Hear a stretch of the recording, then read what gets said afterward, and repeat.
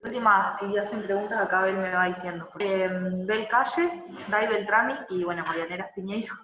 Y a nosotros nos toca hablar de faringitis y laringitis. La idea, digamos, es que queden más que nada conceptos prácticos para cuando estamos en una guardia o en un consultorio y saber cómo abordar estas cosas muy frecuentes. Bueno, ¿paso así? Sí. Esperen que no me da pelota esto. Ahí. Bueno, nada, en cuanto a la definición, es un proceso inflamatorio, generalmente infeccioso, que afecta a la faringe y las amígdalas faringias, que se va a presentar de distintas maneras, ya sea con eritema, con exudado, con úlceras, vesículas. En cuanto a la epidemiología, en el 50% de los casos es un proceso viral. La etiología viral es la más frecuente en todos los grupos etarios. Hay un 30% de los casos en donde no se puede establecer el agente etiológico, y en otro 20% es de origen bacteriano, que el que nos interesa y el que vamos a tratar es el estrepto beta-hemolítico del grupo A. Este agente es principalmente más frecuente entre los 5 y los 15 años de edad, sin embargo, igual en ese grupo etario también la viral es la más frecuente. Y tiene una prevalencia estacional que es en invierno y principios de primavera. Nada, como fuente de infección es el contacto con las personas sintomáticas que tienen una faringoamigdalitis estreptocóxica, con contacto con secreciones respiratorias, durante el periodo sintomático, y el periodo de incubación va a ser 2 a 5 días después de la exposición. En general, los portadores, que después Dai va a hablar de eso, no son transmisores. Bueno, esto es lo que ya veníamos diciendo. Dentro de las virales tenemos todos los virus típicos del rinovirus, influenza, parainfluenza, y otros que van a dar cuadros más característicos que después por ahí los vamos a mencionar al pasar. Bueno, ¿por qué es importante esto de viral o bacteriana? Básicamente porque, como dijimos, la mayoría de las causas son virales, y en este caso, como sabemos, no vamos a tener que instaurar un tratamiento antibiótico, y es una de las causas más frecuentes del mal uso de tratamiento antibiótico que tenemos los médicos en general. Y, sin embargo, no tratar una faringoamigdalitis bacteriana puede implicar algunas complicaciones de importancia para el paciente. Por eso es importante extremar todo lo que nosotros podamos para distinguir la etiología.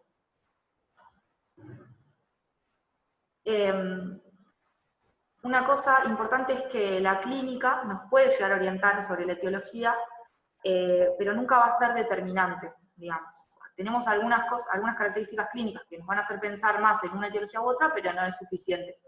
Eso está demostrado que, digamos, hicieron pruebas en médicos, digamos, que tenían experiencia en tratar de distinguir, y sin embargo, aún así tenían un 40% de error en la identificación de la etiología. Bueno, nada, esto que orienta pero no alcanza. Y en cuanto a la clínica, bueno, acá tenemos algunas características que nos pueden llegar a ayudar. De la estreptocóxica, como dijimos, la edad de presentación más frecuente es entre los 5 y los 15 años, que tiene una incidencia estacional en invierno e inicios de primavera, y puede haber en algunos casos el contacto con un caso confirmado de faringoamigdalitis estreptocóxica. Los síntomas que nos pueden ayudar son que la odinofagia sea de inicio súbito, que tenga fiebre, bueno, más de 38 grados, cefalea. En muchos casos pueden tener dolor abdominal, vómitos, náuseas, y los signos son bastante inespecíficos. No hay nada patognomónico en sí de la faringoamigdalitis estreptocóxica, que son, bueno, el exudado, las petequias, la adenitis cervical submandibular dolorosa, es bastante también característica, y bueno, si hay un exantema escarlatiniforme, también nos va a hacer pensar obviamente en un estreptococo. En cuanto a las virales, lo que nos va a hacer pensar que sea más viral es cuando tienen otros síntomas de vías respiratorias altas, como son la tos, disfonía, conjuntivitis, y bueno, también puede haber diarrea. Para esto, bueno, esto me faltaba. Después tenemos otras causas de faringitis virales, como les había mencionado, que son, por ejemplo, las causadas por Coxsackie, que pueden dar terpangina o un síndrome mano-pie-boca, que van a caracterizarse por úlceras en sacabocados, tienen máculas o pápulas en la pared posterior de la faringe. es en el caso de la herpangina, y en el caso del síndrome de mano-pie-boca, además se van a asociar con vesículas o pápulas en manos y pies.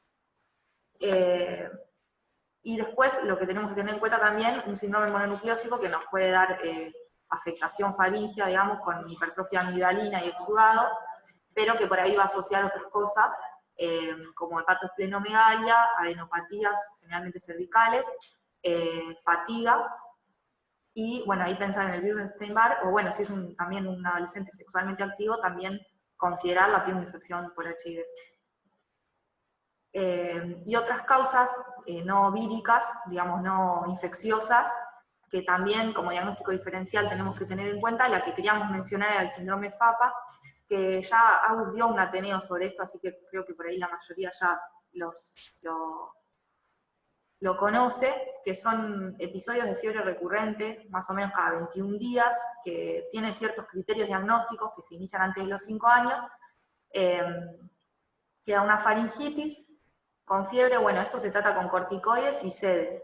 Lo que uno tiene que hacer, el diagnóstico, es excluir la neutropenia cíclica, que bueno, obviamente que también va a cruzar con periodos de neutropenia que van a dar fiebre. Y lo importante es que no hay otros síntomas respiratorios en el episodio, y entre los episodios tampoco hay síntomas, y crecimiento y desarrollo son normales. Bueno,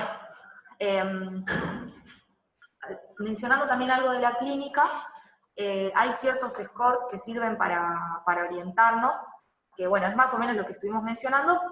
Acá nosotros pusimos el de Mac-Isaac, que tiene criterios que le van a dar puntaje, por ejemplo, la temperatura mayor a 38, la ausencia de tos, la linfadenopatía cervical sensible y el aumento del volumen amigdalino o el exudado. Cualquiera de esos criterios va a sumar un punto cada uno.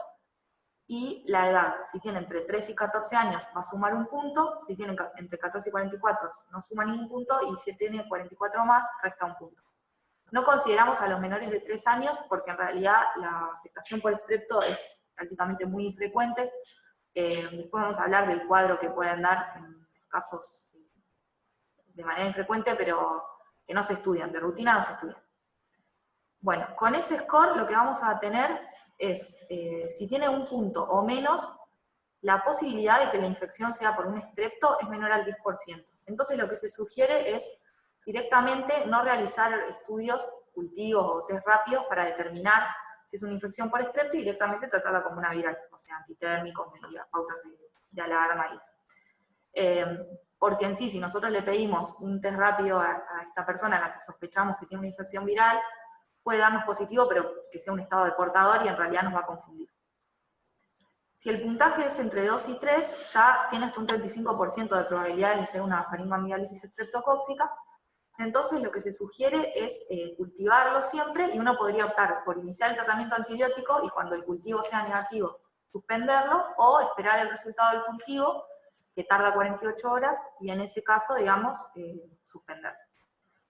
Cuando el puntaje es de 4 o más, ya la posibilidad de que sea una infección por estrepto es de alrededor del 50%. Entonces uno ahí podría optar por tratarlo empíricamente con antibióticos, si no tiene la posibilidad de cultivarlo, pero lo mejor que uno puede hacer es cultivarlo y tratarlo, y bueno, en caso de que sea negativo, se suspende el tratamiento.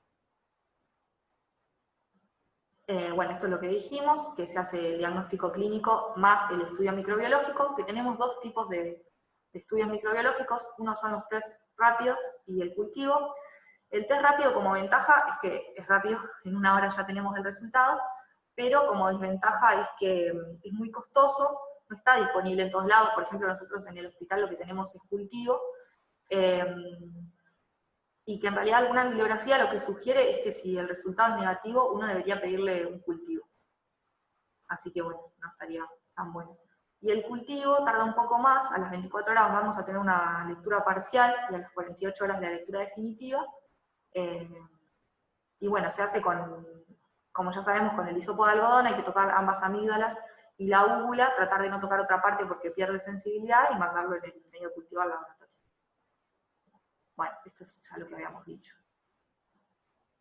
Eso también.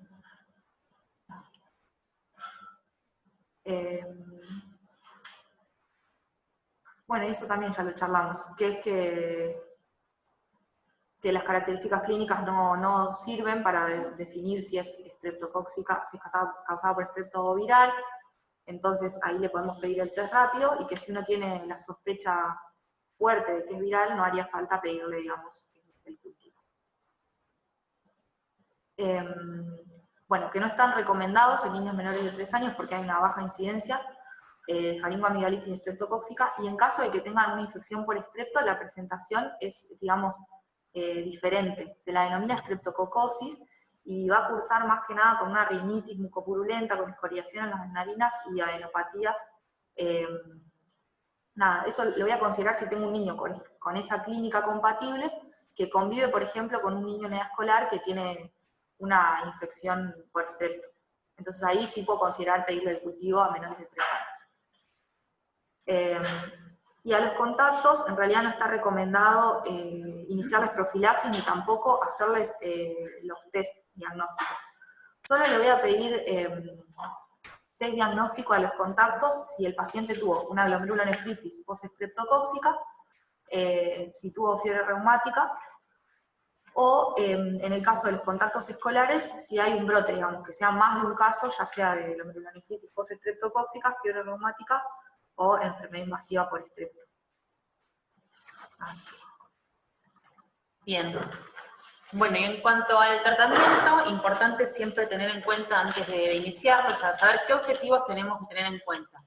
Primero, ¿para qué nos sirve? Para disminuir, bueno, la duración y la intensidad de los síntomas. Nos sirve para también prevenir las complicaciones supurativas locales, no así las no supurativas. En realidad, ¿cómo se dice? La glomerulonefritis no nos sirve para eso, pero sí en un 80% para disminuir la incidencia de fiebre reumática. Y esto que está acá más oscuro, aún es así cuando se inicia el tratamiento hasta 9 días después de iniciados los síntomas. Entonces, una vez que tenemos el paciente, nosotros sospechamos una faringoamigdalitis por estrepto, tenemos que esperar ese resultado para tratarla o no, y podemos esperar esas horas o esos 2 días que tarda el cultivo, porque hasta 9 días después estaríamos previniendo el riesgo de que tenga una fiebre reumática en el futuro. ¿Para qué también lo hago? Para reducir el tiempo de contagio, y así evitamos la transmisión dentro de la familia y en el colegio. Y bueno, lo que ya dije recién, que la glomerulonefritis no es prevenida por el tratamiento antibiótico. Bueno, ¿cuál va a ser el tratamiento? En la que es por estrepto, que es la única que está indicada el tratamiento, podemos usar la opción de la penicilina B, que va a ser durante 10 días, divididas en 2 dosis, y en realidad lo que más nosotros usamos, que es el amoxi, que tiene una eficacia similar, va a ser por vía oral, a 50 miligramos kilo día, también en 1 o 2 dosis diarias durante 10 días. Y, bueno, en casos donde esté contraindicada la vía oral, uno podría usar la vía intramuscular con una penicilina benzatínica única dosis. Y ahí tienen la dosis según el peso del paciente. Bueno, obviamente, si son alérgicos, va a haber otras opciones de antibióticos. Y siempre, o sea, tener en cuenta lo que son las complicaciones. De ellas hablamos tanto las supurativas, que en otorrino le hablan como superficiales, como profundas, perdón, y las no supurativas. Las supurativas, dijimos, solamente se presentan en 1 o 2% de los episodios de faringoamigdalitis por estrepto, y se van a dar en aquellos pacientes en los que no fueron tratados con antibiótico o tras un tratamiento que no fue bien cumplimentado. Se da por afectación de las estructuras adyacentes y los ganglios en las que drenan. Y entre ellas tenemos celulitis y absceso periamigdalino, absceso retrofaringio, que puede afectar y dar una otitis media aguda y cuadros de sinusitis a repetición, y ya una afectación por ahí mucho más profunda, dando mastoiditis y adenitis cervical supurativa. O sea, con el tratamiento podríamos prevenir estas complicaciones. Y en cuanto a las no supurativas, que son luego de que se produce la infección, tenemos la fiebre reumática como importante, la glomerulonefritis, la eritema nodosa y la artritis reactiva post-estreptocóxica. Algo cortito para tener en cuenta, la fiebre reumática es una entidad sistémica que va a afectar tanto, va a tener afectación tanto cardíaca, articular, en cerebro, ¿sí? Y uno la sospecha cuando 2 semanas posteriores el paciente, bueno, empieza con fiebre, tiene afectación de articulaciones, que generalmente son articulaciones grandes, se presentan con artralgias, y esa afectación migra, no es siempre la rodilla, sino que va cambiando de articulación. Y bueno, importante tener en cuenta en estos pacientes la afectación cardíaca. En cuanto a la artritis reactiva post-estreptocóxica, algunos la ponen dentro de un espectro de lo que luego va a ser la fiebre reumática, pero son aquellos pacientes que no cumplen con los criterios de fiebre reumática. Entonces el diagnóstico es artritis reactiva. Bueno, la glomerulonefritis. Después, importante, acá. En cuanto a los portadores, o sea, ¿a qué nos referimos con portador? Son aquellos pacientes en los cuales se encuentran, son asintomáticos y el hisopado les da positivo para estrepto en faringe, en recto o en vagina. Esto pasa, según la epidemiología, digamos, del lugar, pero en el 10 al 15% de los niños en edad escolar. Estos nenes no tienen riesgo de presentar complicaciones y la capacidad de transmisión es baja, por lo cual no se tratan. ¿Por qué lo ponemos? Porque es una dificultad en aquellos pacientes en los que tienen síntomas de faringoamigdalitis y son portadores, y yo les hago el hisopado y me da positivo, no sabemos si es portador o no. Por eso es tan importante la clínica del paciente y usar mentalmente estos scores que nos van a dar la puntuación para ver a cuál sí y a cuál no hisopar.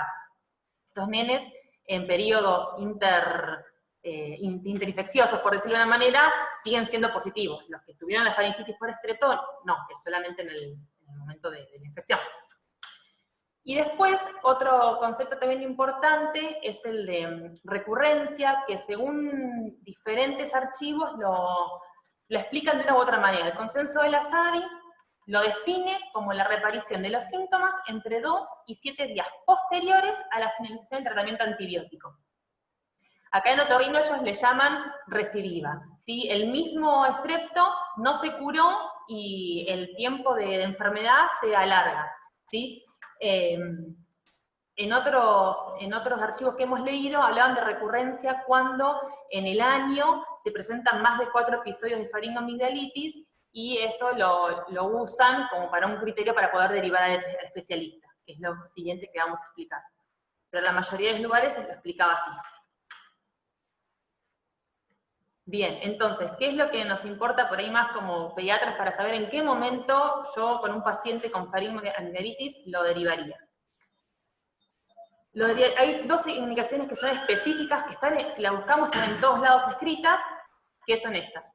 3 o más episodios de faringoamigdalitis por estrepto, o sea, que sean documentadas por estrepto, en un periodo de 6 meses, o ya con un primer episodio que sea complicado, y complicación me refiero ya sea un absceso, un flemón, ya es indicación de derivar porque podría llegar a tener indicación quirúrgica.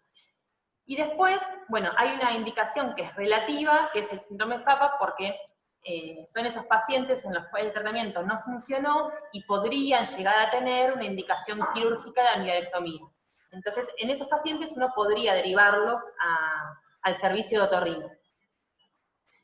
Después, bueno, hablando con el servicio de acá del hospital, a ver qué es lo que hacían, nos explicaban que de un montón de servicios también hay derivaciones específicas. Por ejemplo, aquellos pacientes con reflujo gastroesofágico hacen faringitis a repetición, pero son más irritativas. Pero esos pacientes, como tienen el reflujo y hacen laringitis a repetición, que terminan desencadenando faringitis, y que van a ser recurrentes en el tiempo, también son derivados. O aquellos pacientes con alguna predisposición previa a una enfermedad de base, como por ejemplo malformaciones craneofaciales, una retrognatia, ¿cómo se dice? Por ahí pacientitos con síndrome de Down, que son algunas, ¿cómo se dice? En cuanto a las malformaciones craneales, tienen más predisposición al mal manejo de secreciones y mal manejo del tono muscular para poder eliminarlas y así tener más episodios en el año. Entonces esos pacientes también se derivan, ¿sí? Y bueno, ¿a quiénes de estos pacientes van a sacar las amígdalas? son cuando existen más de 7 episodios documentados por Strepto y bien tratados en un año, más de 5 en cada uno de los años que ya pasaron anteriores, o más de 3 en cada uno de los 3 años anteriores. Eso los ve el otorrino. Hablando también de esto con ellos, tenemos en el servicio como 2 corrientes. Una parte más clínica, que por ahí antes de indicar directamente la emilectomía, inician tratamiento antialérgico, antibiótico, y en el tiempo, y ven cómo responden esos pacientes, porque muchas veces son nenes que son muy alérgicos y tienen esta predisposición a formar más faringomielitis que otros nenes. Y la otra corriente es que cuando ya tienen tanta repetición, ya es sacárselas. Bueno, y esto es más de lo que ya dijimos, que en cuanto al diagnóstico siempre hacer el cultivo antes de iniciar tratamiento, que uno por ahí son los errores más frecuentes que vemos que pasan, ¿sí? Que este estudio puede ser con el test rápido, el cultivo, no hacer antibiograma, porque no tiene sentido, y el tratamiento. Sabemos que amoxi y la penicilina en realidad es la primera elección, y solo en caso de que sean alérgicos uno podría intentar otro tratamiento. Eso, y después de 24 horas de haber iniciado tratamiento, ya pueden reinsertarse en el colegio, ¿sí? Entonces, se considera que terminaría el contagio, la transmisión, ¿sí? Bien. Eso, no sé si no sé si acá terminamos con faringomegalitis, si alguno tiene alguna pregunta en particular.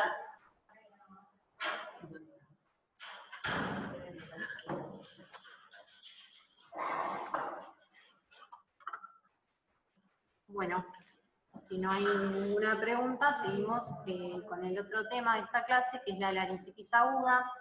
La verdad es que no hay nada muy nuevo con respecto a este tema, así que nada, más que nada nos vamos a enfocar en lo que es un repasito, digamos, de la entidad y un poco en lo que es el tratamiento y también lo mismo que hicimos, cómo tenemos que actuar frente a un paciente por ahí en la guardia o en ambulatorio en cualquier situación.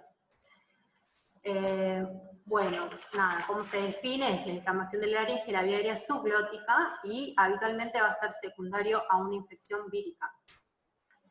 Tiene una prevalencia estacional, va a tener un pico a los 2 años y se puede dar entre los 6 meses y los 3 años, ¿sí?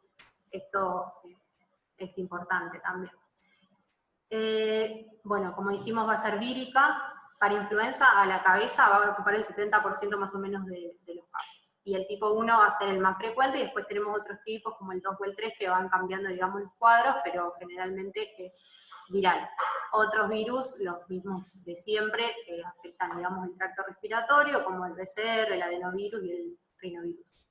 La etiología bacteriana es excepcional actualmente. La Haemophilus, que causaba una epidemitis grave, la verdad que disminuyó drásticamente con la vacunación en nuestro país. Bueno, esto nada, un poquito del repaso de la fisiopatología, que va a ser por contacto de persona a persona o secreciones, se hace inflamación y eritema y edema de lo que es en las cuerdas vocales, y la clínica va a estar dada por, digamos, el aumento de la resistencia al flujo de aire. En cuanto a la clínica, lo más importante que a nosotros nos va a hacer sospechar va a ser la disfonía, un paciente que va a tener un estridor generalmente inspiratorio, y la tos metálica o tos perruna. Y asociado a esto, como va a ser generalmente, como dijimos, un cuadro viral, el paciente puede haber empezado previamente días anteriores con rinorrea, tos, febrícula, y después va a progresar con la tríada. También a esto se puede, de acuerdo a la gravedad del paciente, agregar distintas sintomatologías como disminución de la entrada de aire, alteración del sensorio. Eso va a depender, digamos, de la gravedad. Y algo muy importante es que la agitación y el llanto van a agravar los síntomas del paciente, y esto lo tenemos que tener en cuenta a la hora de revisarlo, a la hora de instaurar el tratamiento, porque la verdad que es muy frecuente que, nada, que el nene esté muy ansioso, la familia también, la verdad que es un cuadro que genera ansiedad en la familia, entonces es muy importante mantenerlo lo más tranquilo posible, ya sea con los tratamientos que vamos a instaurar y cuando lo vamos a revisar. Bueno, el diagnóstico es clínico, no necesitamos, digamos, hacer ningún estudio complementario si sospechamos una laringitis vírica. Si ya pensamos, digamos, en alguna otra cosa o escuchamos algo, examen físico que nos haga pensar en un compromiso, digamos, más respiratorio bajo, ahí sí deberíamos, digamos, hacer algún otro estudio complementario, pero con la clínica, digamos, ya estamos en condiciones de instaurar un tratamiento. Siempre, obviamente, tener en cuenta el estado general del paciente, cómo tiene la estabilidad de la vida aérea y el estado mental, que esto también nos va a guiar más o menos en cómo tenemos que actuar. Y lo que ya dijimos hace un ratito, que lo importante es evaluar al niño cómodo y tranquilo. Bueno, una vez que llega el paciente, lo que es muy importante es determinar la severidad del cuadro. Hay también, como en todo, escalas, score de gravedad, que en realidad nosotros instintivamente los llevamos a cabo. Hay varios, por ejemplo, que evalúa el estridor, la entrada de aire, el color, las retracciones, la conciencia, y los va a dividir en leve, moderado y grave. Esto también después nos sirve para el tratamiento, digamos, los algoritmos de tratamiento. Este es otro que también evalúa casi las mismas cosas. Este es el de Wesley, que también lo va a dividir en leve, moderado y grave.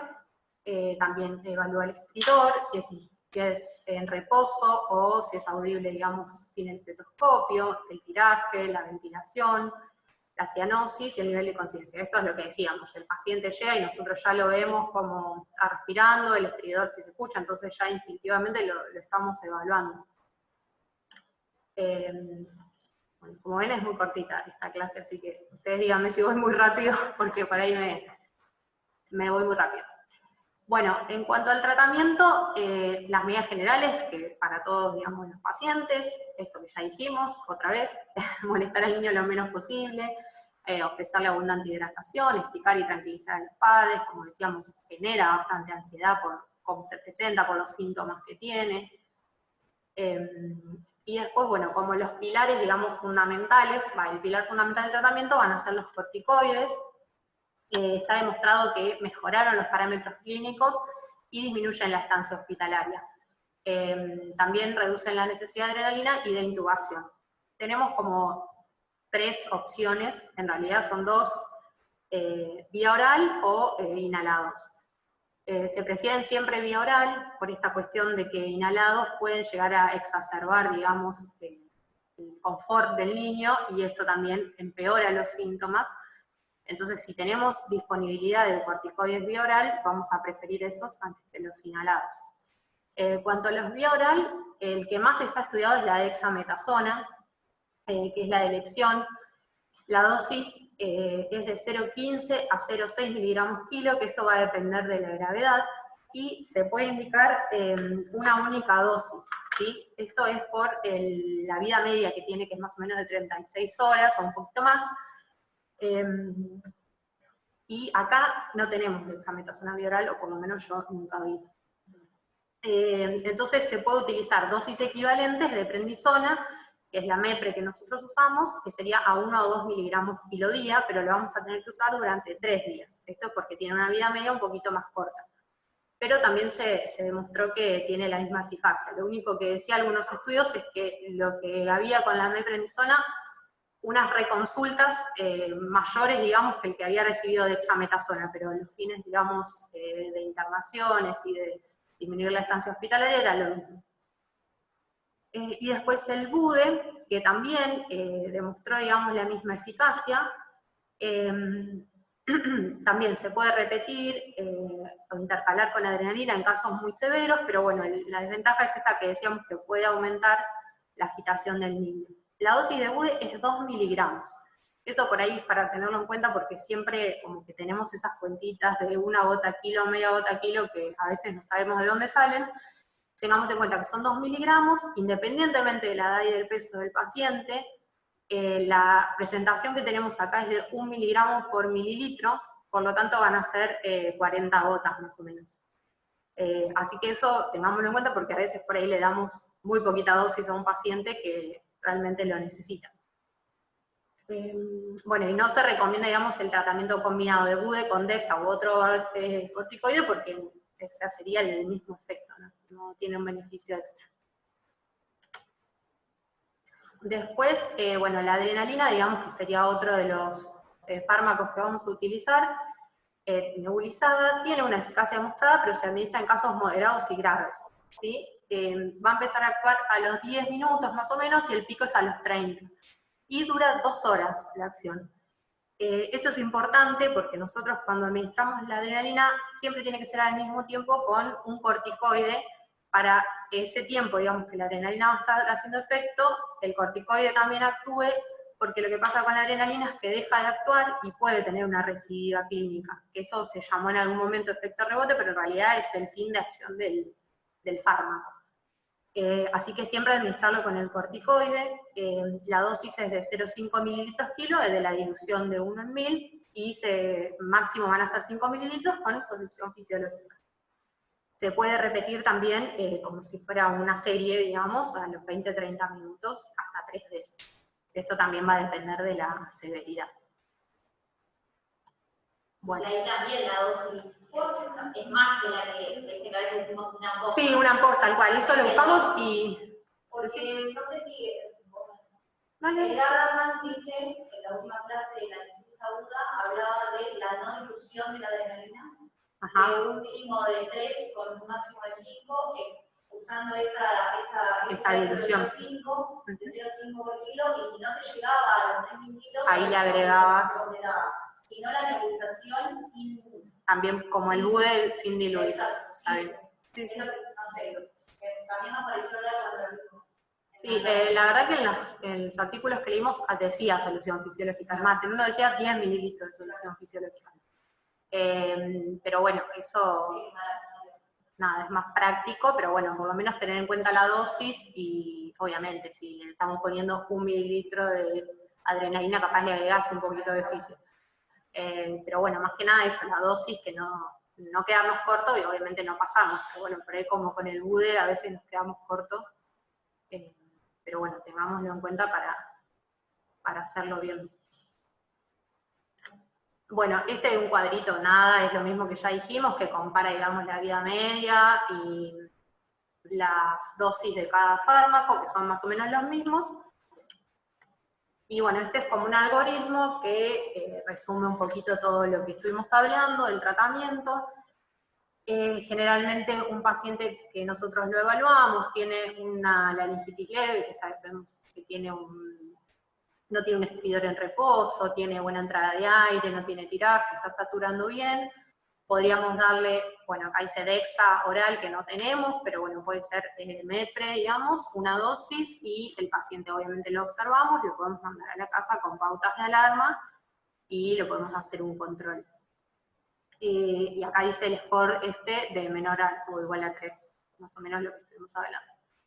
Después ya en una moderada, ya el paciente por ahí va a tener un estridor en reposo, puede tener tiraje, puede estar saturando más de 95, entonces acá vamos a poder usar las dos herramientas que tenemos de tratamiento. Tanto la DEXA o el BUDE, siempre son opciones de acuerdo a lo que tengamos disponible. Si estás en un lugar que solo hay BUDE, vas a usar BUDE, o la MEPRE, y podemos ya utilizar la adrenalina nebulizada. Acá lo importante es observarlo al paciente para ver si con el tratamiento mejora y si no tiene, digamos, una recrudescencia de los síntomas, para ver si podemos mandarlo a la casa o continuar, digamos, con el tratamiento.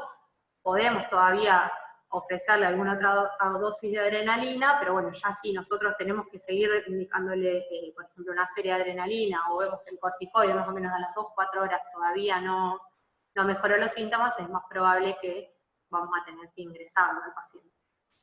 Y después la grave, que bueno, ya es un paciente que está desaturando, puede tener alteración de la conciencia, el estridor ya es en reposo. Ahí directamente, obviamente lo estabilizamos, si necesita oxígeno, le administramos oxígeno, y vamos a hacer, digamos, todo al mismo tiempo, el corticoide con la adrenalina, y también que esto que se puede repetir como si fuera una serie.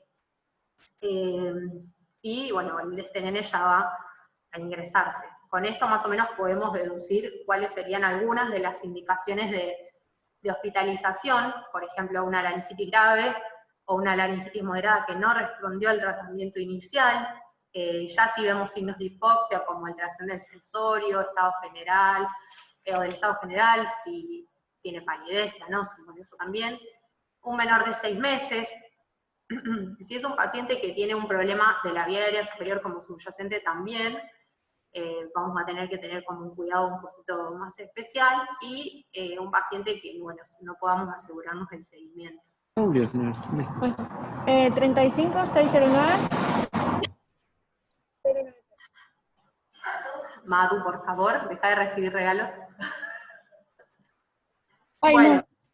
no. Sí, a vos te hablo. No te puedo silenciar. Sí, por eso. Bueno, en cuanto al diagnóstico diferencial, nada, puse este cuadrito como para que los tengamos presentes. Voy a hablar unas palabritas de 2 o 3, pero bueno, acá los divide en infecciosas y no infecciosas, y supraglóticas e infraglóticas. Como supraglóticas, la epiglotitis, mononucleosis, un absceso. No infecciosas, cuerpo extraño. Son similares la clínica, pero bueno, tenemos, digamos, distintas cosas que nos van a hacer pensar, obviamente, en un cuerpo extraño, el antecedente, la ingestión de cáusticos. Y después lo mismo con las causas infraglóticas, que acá voy a decir también algunas palabritas de la traqueitis y el grupo espasmódico. Nada, este cuadrito es para que tengamos en cuenta. La laringitis espasmódica, que se llama el falso Krupp, afecta al mismo grupo etario. La clínica va a ser similar, pero bueno, no va a tener todos estos pródromos de la fiebre, de una infección viral, digamos, que comenzó días previos. Lo que hace es inician los síntomas y ceden de forma abrupta. A veces el paciente llega a la consulta y ya cedió. No se sabe bien la causa, se asocia, digamos, a hiperreactividad de la vía aérea o antecedentes de atopía frente a diferentes estímulos, o a veces se piensa que es una infección viral, digamos, como más leve, y tiene carácter recidivante y incidencia familiar. También genera como un montón de ansiedad en la familia, hay que tranquilizar y explicar, digamos, las características del cuadro. Y después, estas dos entidades, la traqueitis bacteriana, que en realidad es una laringitis grave que no va a responder al tratamiento. La primaria es, digamos, directamente inician con estos síntomas y la fiebre, digamos, el aspecto tóxico, y nos va a indicar como una afectación más grave del paciente. No lo dije, pero la laringitis viral, la mayoría de los casos, hasta un 90%, son cuadros leves, hasta moderados. Se internan creo que 5%, 7%, y recién 1% por ahí requiere terapia intensiva. Entonces, estos son pacientes que están un poco más comprometidos. Esto inicia directamente así, y la secundaria es una laringitis viral que no responde, digamos, y que va empeorando, digamos, en el transcurso de la enfermedad. Acá la etiología, vamos a pensar ya en una etiología bacteriana, entonces con el tratamiento va a ser el antibiótico. Y la epiglotitis, que la verdad disminuyó un 80-90% con la vacunación. No sé si alguno de todos los que estamos conectados vimos alguna vez. Es un paciente, digamos, totalmente diferente, va a tener otros síntomas, la voz apagada, la odinofagia, la cialorrea constante, esa posición que nos han dicho siempre, de paciente sentado, inclinado hacia adelante, que se apoya como en los brazos, la boca siempre abierta. Bueno, y este paciente, digamos, es un paciente muy grave, hay que asegurar la vía aérea, evitar maniobras que quiten al paciente y instaurar, digamos, el tratamiento antibiótico lo antes posible. Bueno, y creo que no hay mucho más. Fui medio rápido, pero... ¿preguntaron algo? No sé, acá. Ahí, acá. No sé quién me había preguntado en cuanto al tratamiento. Embarazada. Si las portadoras asintomáticas embarazadas no se tratan. Sí, Yo no te quiero mentir, pero esto es en cuanto a aportación faríngea, digamos. Obviamente que en cuanto a si es portadora y si está embarazada y si es el hisopado anal y vaginal y O positivo, es otra cosa, digamos. En cuanto a faringe, no. Claro, o sea, es otra cosa. Es otra cosa. Cuando uno habla que el estrepto se encuentra asintomáticamente en nosotros, digamos, es en general, digamos, ¿sí? De todas maneras, el estrepto de grupo C y B también pueden causar faringoamigdalitis, pero bueno, no es todo esto que estamos charlando en cuanto a tratamiento y demás. No sé si se entiende o no. ¿Entiende? Perfecto. Bueno. Yo quería hacer un par de acotaciones muy cortitas.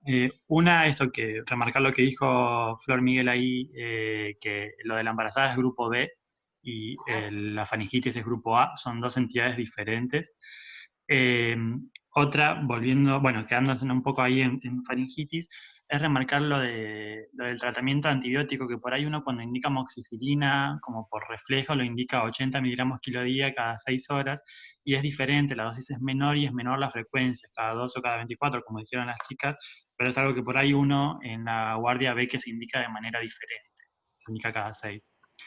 Lo que también lleva, digamos, a que sea menor por ahí la tasa de adhesión al tratamiento cuando es cada 6 horas, porque es bastante embole, y por ahí cada 1 o 2 dosis por día lo pueden cumplir un poco mejor durante 10 días de tratamiento. Y con respecto al tratamiento de la laringitis, que tengan en cuenta que la ampolla de Adrena tiene 1 mililitro. Entonces, una ampolla es para un paciente de 2 kilos. Por eso, como habíamos hablado el año pasado, digamos, también la dosis es de 3 a 5 ampollas, porque uno también ve en la guardia por ahí que cuando, bueno, ahora nos indican nebulizaciones por el coronavirus, pero cuando se indicaban,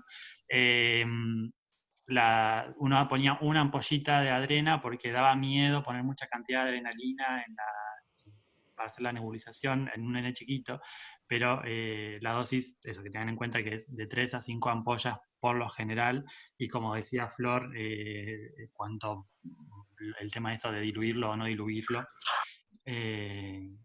y bueno, nada, esas acotaciones chiquititas que como para remarcar y tener en cuenta esas cuestiones que por ahí uno ve que se hacen mal.